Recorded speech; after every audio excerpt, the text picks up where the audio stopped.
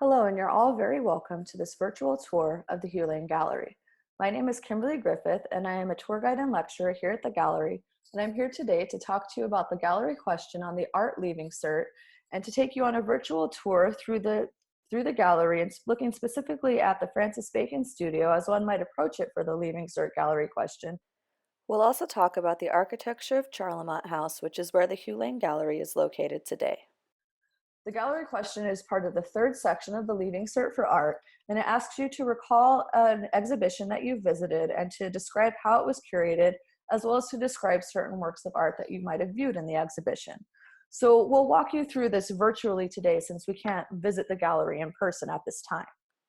Let's begin by taking a closer look at Charlemont House, where the Hugh Lane Gallery is located today and has been located since 1933. We are currently looking at the facade of Charlemont House. Charlemont House was constructed from 1763 to 1765 by William Chambers. It was constructed for James Caulfield, who was the first Earl of Charlemont. James Caulfield and William Chambers met while they were both in Rome, and they share a love of neoclassical or Georgian style architecture. Charlemont House, which we are currently looking at, is one of the finest examples of Georgian architecture that we have in Dublin today.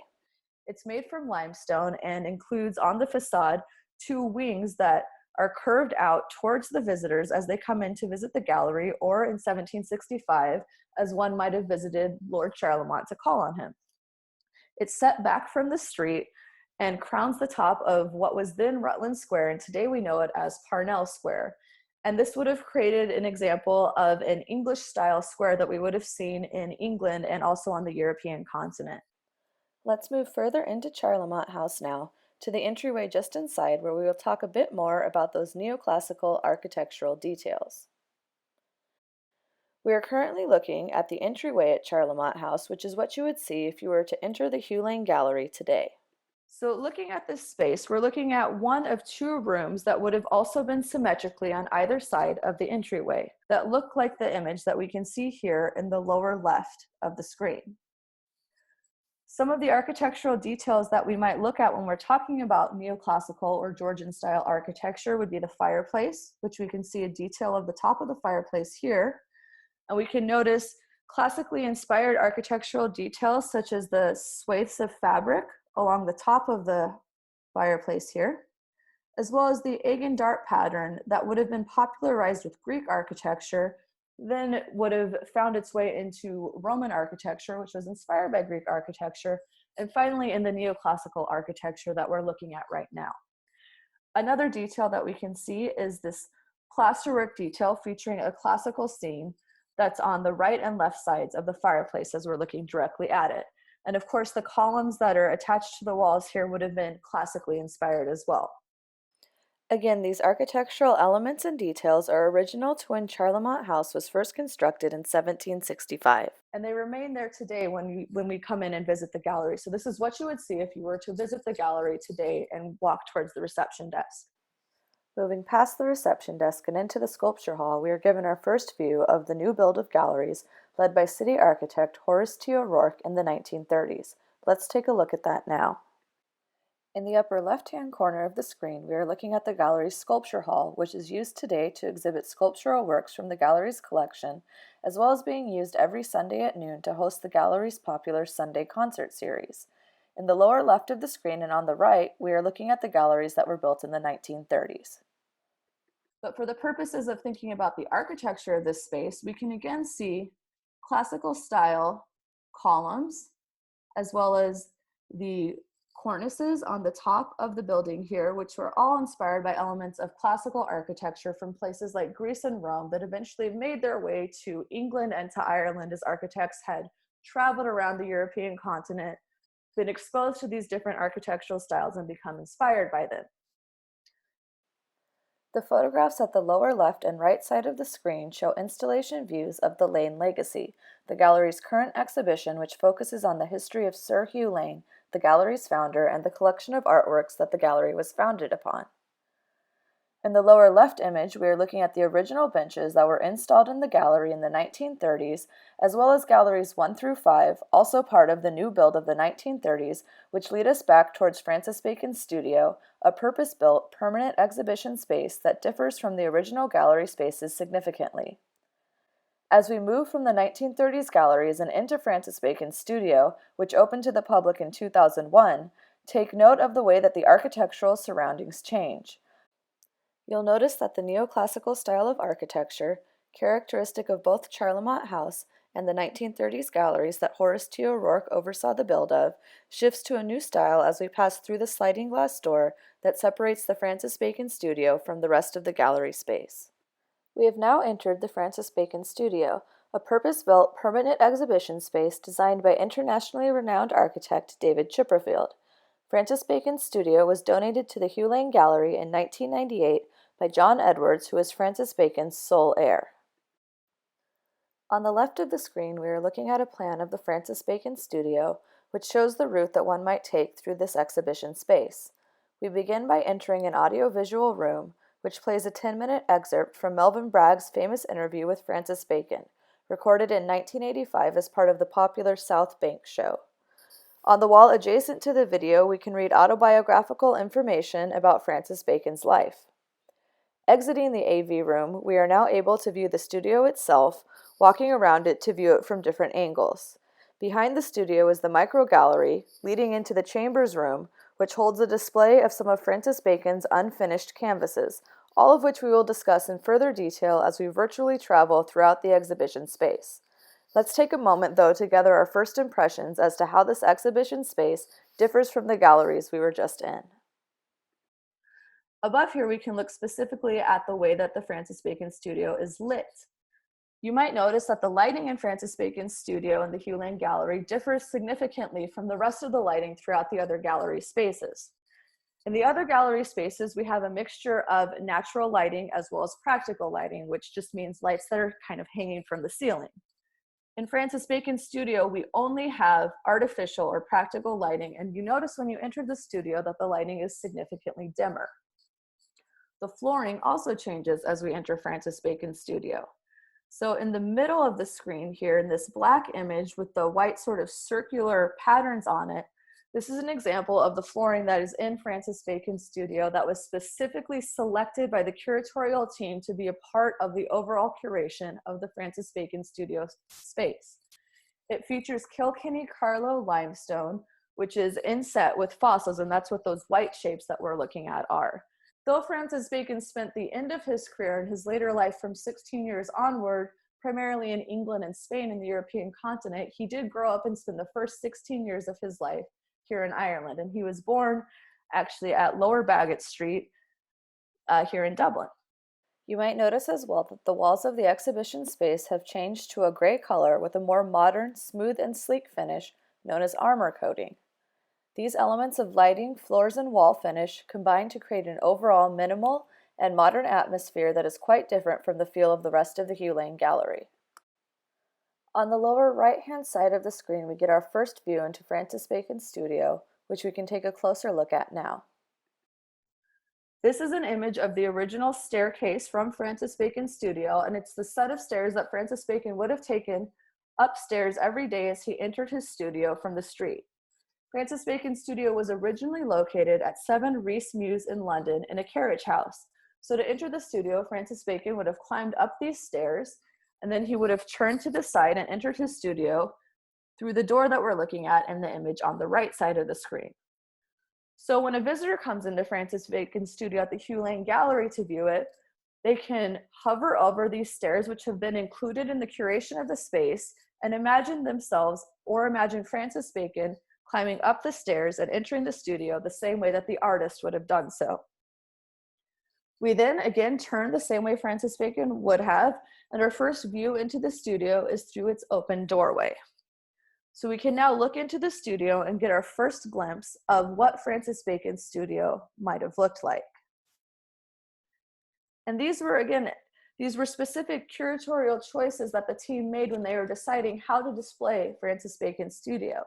The team could have decided to let the public walk through the studio itself, They could have decided to take away the walls of the studio that we could get a 360-degree view of the studio, but instead they decided to have one of the only ways that we can look into the studio be through the doorway here, which would have been, again, Francis Bacon's first view into the studio, as well as through the two sash windows at the front of the studio, which we'll take a look at next.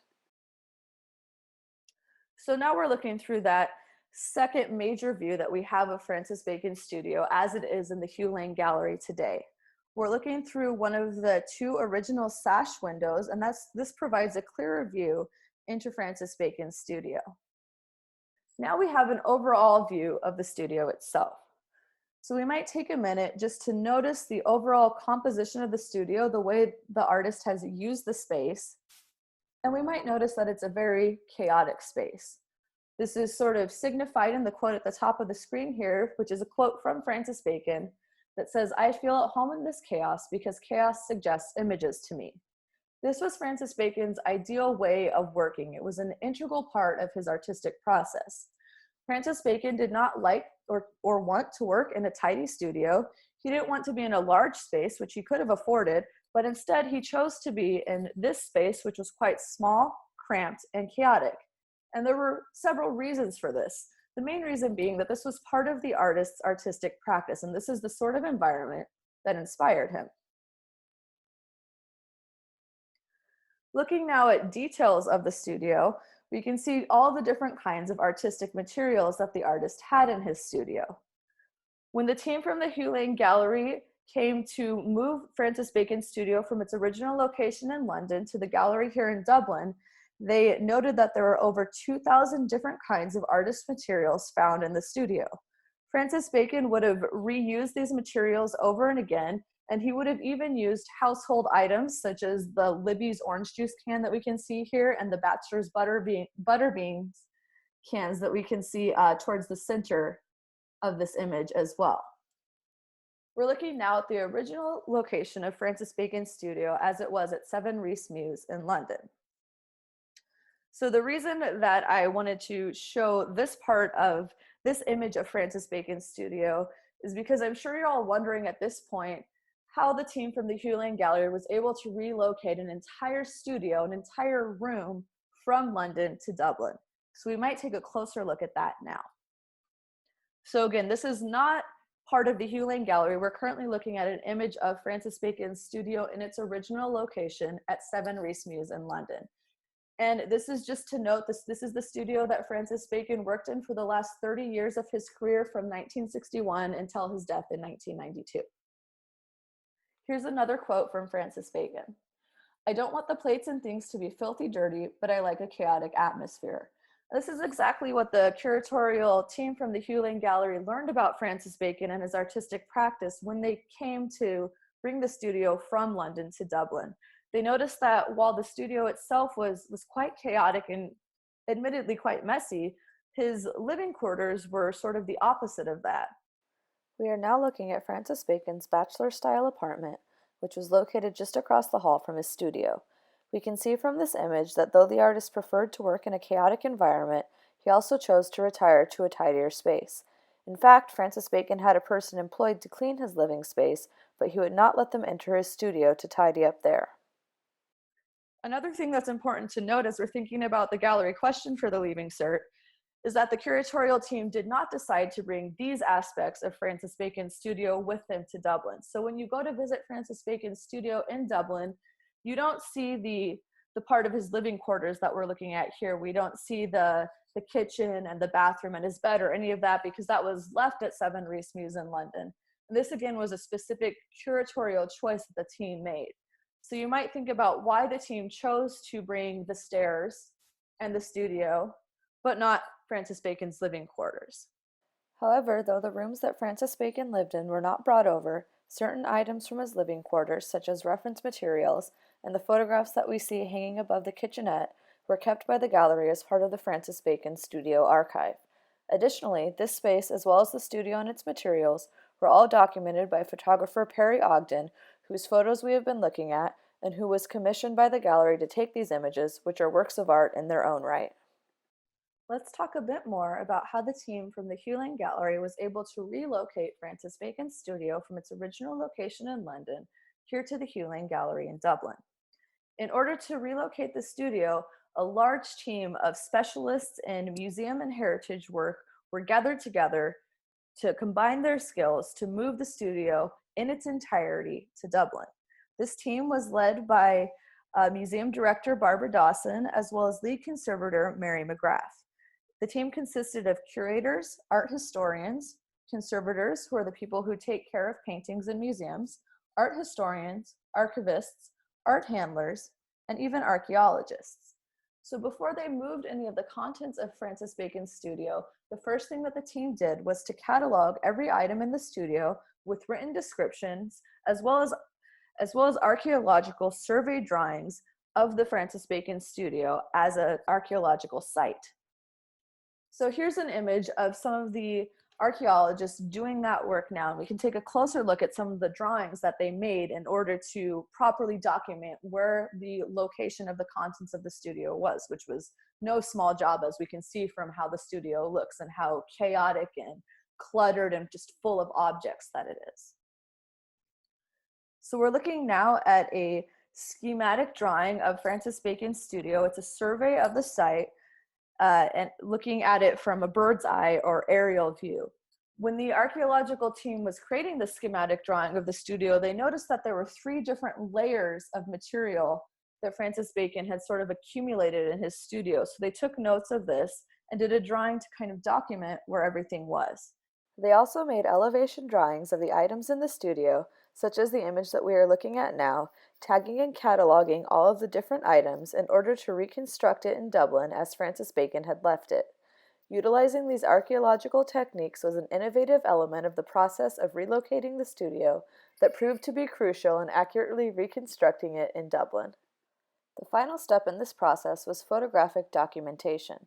Photographer Perry Ogden, who was commissioned by the gallery, took pictures of the studio and its contents before the materials were packed and removed and shipped to Dublin.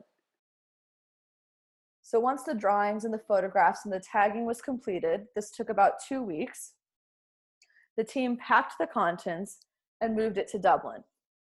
One of the biggest challenges in moving the studio to Dublin was moving the wall that we're looking at in this image.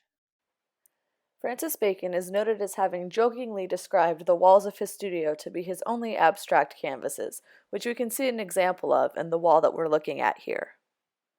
Rather than using a traditional palette, Francis Bacon preferred to use old canvases or even the walls of his studio as his artist palette.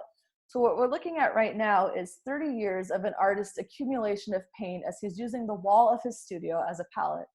Now, architects who are designing studio spaces such as this probably are not considering that an artist such as Francis Bacon might be adding layer upon layer upon layer of paint to the wall for 30 years of his artistic practice.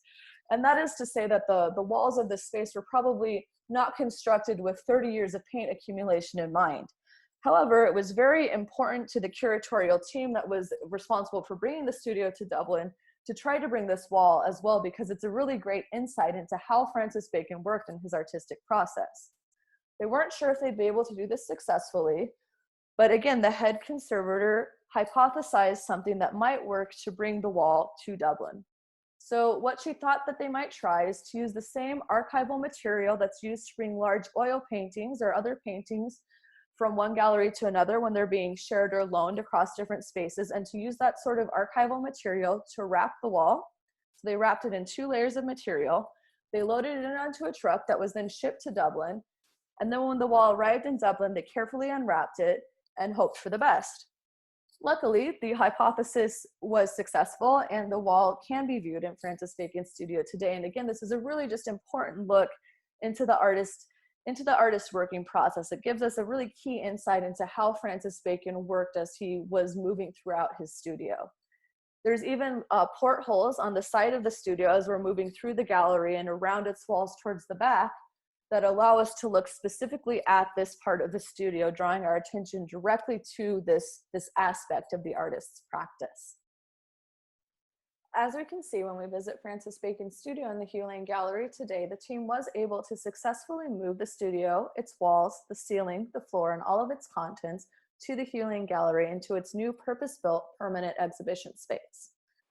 Once the studio and its contents arrived in Dublin, a team of archivists spent the next 3 years cataloging its contents and inputting information into a specially designed database before the studio opened to the public. This research process provided the gallery with several new and unique insights into Francis Bacon's artistic practice. Looking into the studio through the viewpoint of its sash windows, which would have faced the street at 7 Rhys Mews and would have been covered over by Bacon in order to control the light sources in the space, we are able to gain further insight into how the artist may have worked in this space. Looking at this image, I'd ask you to note the single light bulb hanging just behind the skylight, as well as the circular mirror towards the bottom right side of the image.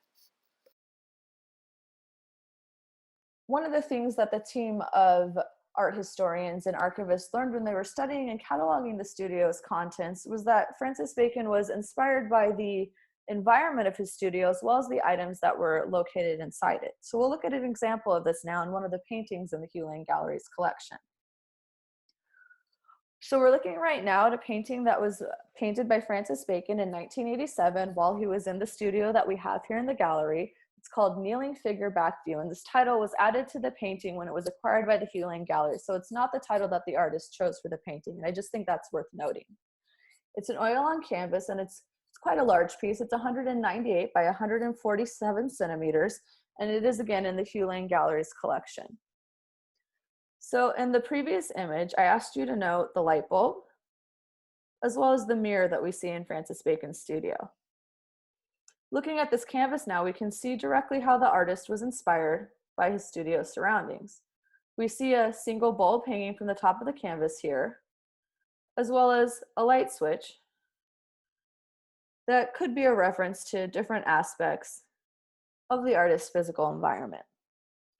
We also see this circular form that acts to surround the head of the figure in the painting. It could act as a halo, or it could be a reference to, again, the mirror that Francis Bacon had in his studio, which notably is thought to be a mirror that Francis Bacon designed himself, as he was an interior designer before he began his painting career at the age of 30. The team that was tasked with archiving the contents of Francis Bacon's studio also gained insights into the artist's artistic process from looking at the contents of the studio itself. So we're looking right now at photographs that were found in the artist's studio. We have photographs, we have leaves of images torn from books, as well as artistic materials that we can see at the top of the screen here. Also in the left center portion of the screen, we see a photograph of John Edwards, who again was Bacon's heir and responsible for donating the Francis Bacon studio to the gallery. Rather than having a sitter come into his studio and sit for him in person, Francis Bacon preferred to work from photographs of close friends and family members that he would have taken of these close friends and family members by photographers that he was friends with. Francis Bacon was friends with several notable photographers, including John Deacon, as well as Peter Beard, who we'll see a photograph of in the next slide in just a moment.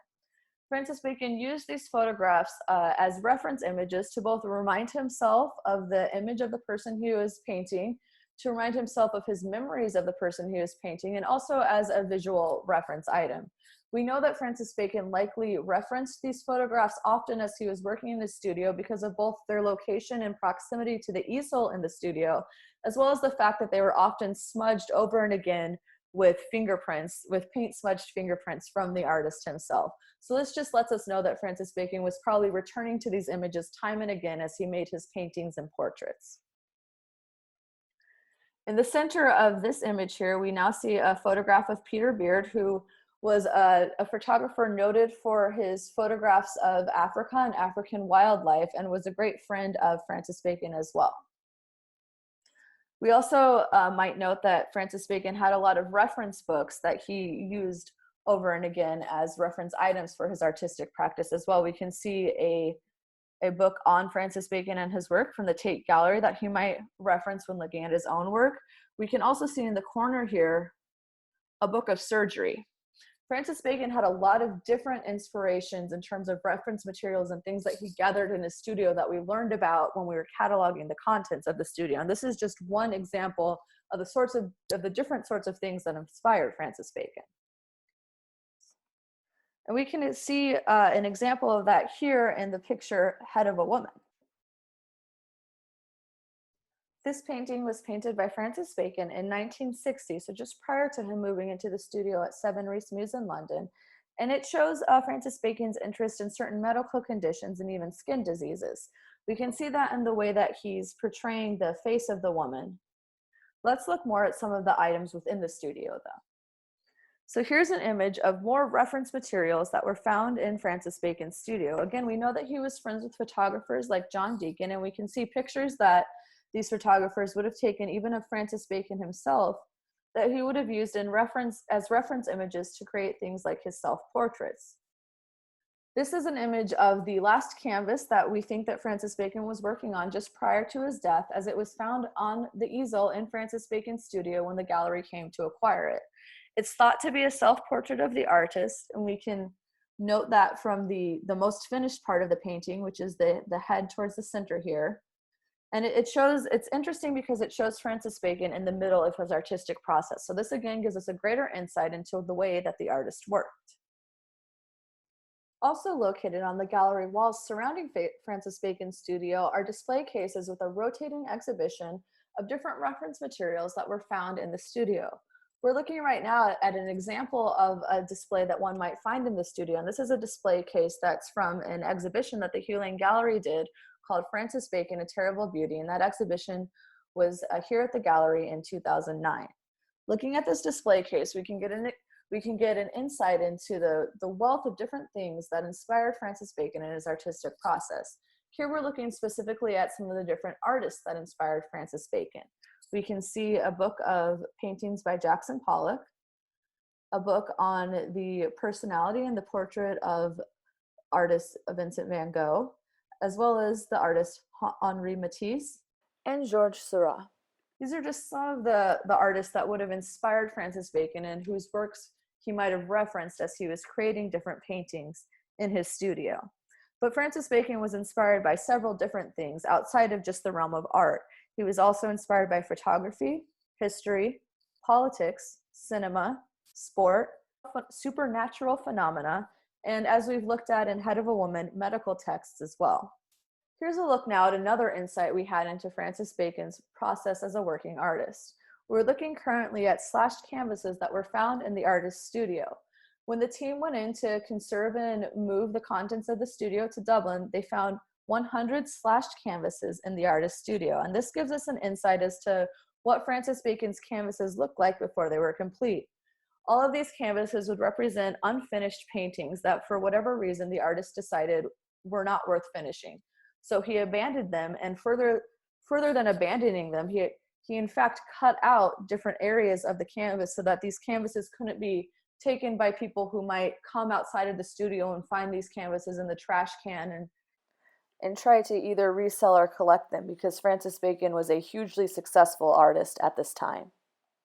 So this would be one reason for slashing the canvases, but it also might be thought of as part of his very physical and involved artistic process. The slashed canvases that were found in Francis Bacon's studio represent nearly 5 decades of the artist's work. The oldest canvas found in the studio actually came from the 1940s. So for whatever reason, the artist chose to destroy these canvases, but to keep them in his studio. Occasionally, he might use these canvases as palettes in addition to the walls of his studio, which we learned he also used as an artistic palette. Moving around Francis Bacon's studio and towards the back of the studio space, we're looking now at an installation view of the micro gallery of Francis Bacon's studio. This gallery consists of 7 touch screens and a phone device that allows people that visit the studio to learn more about the artist's process, the things found in the studio, as well as the artist's personal history. There were over 7,000 objects found and cataloged in Francis Bacon's studio on a specifically designed database. It consists of over 570 books and catalogs, 1,500 photos, 100 slashed canvases, 1,300 leaves torn from books, 2,000 artistic materials, and 70 drawings, which we'll talk a little bit more about when we look at other images that are part of this tour. The microgallery is a selection of this archive, and it allows us again to learn more about, to get a greater insight into the artist's process as well as his history. Here's an example of an image you might come across when browsing through the information available in the microgallery. This image shows a young Francis Bacon outside a Farmley house owned by his grandmother in County Laois, which the artist resided in for a period of time. Francis Bacon spent the first 16 years of his life living in Ireland before leaving home and moving to London. As we move through the Francis Bacon studio and out of the microgallery, we are exiting the permanent exhibition space and re-entering the original architecture of Charlemont House. This space is called the Chambers Room, and it is the last space that one would visit as they move through the Francis Bacon studio.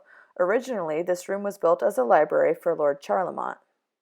Today, however, it houses unfinished canvases that were found in and around Francis Bacon's studio. And these will again give us our final insight and thinking point into how the artist worked in his process. We can also note here that the gallery has taken into account accessibility issues. To the right-hand side of the image that we're looking at, there would be an accessible lift so that somebody who has limited mobility and might need to visit the Francis Bacon studio via a wheelchair would be able to exit the space in this way. Let's take a closer look now, though, at those unfinished canvases that are on display here in the Chambers Room. So these are 6 of the unfinished canvases that were found in Francis Bacon's studio. And these are very unique in terms of something that a museum might display.